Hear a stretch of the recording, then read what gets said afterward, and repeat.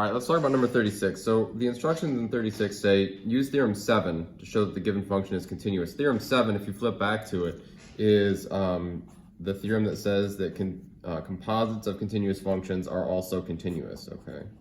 So you sort of have to, I was helping a student with this the other day, you sort of have to think back to way at the beginning when we did this thing called decomposing functions. Quite often in pre-calc and algebra 2, you do this thing called composing functions. But that packet, some of the questions we asked you to think backwards. And so the question is, well, if I'm using theorem 7, which is about composition of functions or decomposing functions, then, composites of continuous functions, then how does that apply here? Well, you've got to think what function is inside of what other function. Probably the clearest or the simplest function inside of another function would be to say that this x squared over x squared plus 4 is inside of tangent. So our two functions, let's call them, I don't know, g and h, I guess.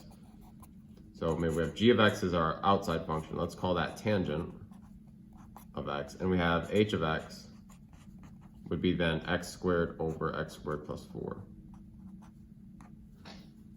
And this is useful, so let's just answer the question. So since tangent is a continuous function, remember that's continuous at every point in its domain, and this one is continuous everywhere. The domain of this is all real numbers. Because these are both continuous functions, this one must be a continuous function.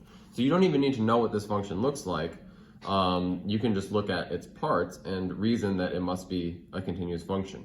Remember that tangent is continuous because it's continuous at every point in its domain. There are many asymptotes, but those asymptotes are not in the domain of tangent.